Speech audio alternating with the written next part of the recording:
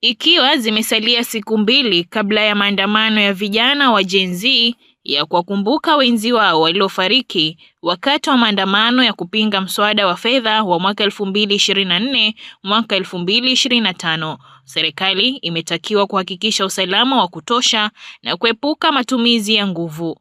Mwanaharakati wa haki za binadamu kutoka shirika la Muhuri, Francis Ouma, amesema madai kuwa vijana hao watasababisha vurugu hayana msingi.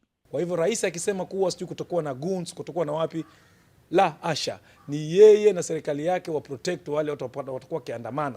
Ni yeye kuhakikisha kuwa kuna usalama. Asitishie wananchi, ni haki yetu, tumenotify polisi tayari. Ouma amewataka polisi kuwachukulia hatua wale watakaoharibu mali ya umma au kuvuruga vurugu wakati wa maandamano hayo.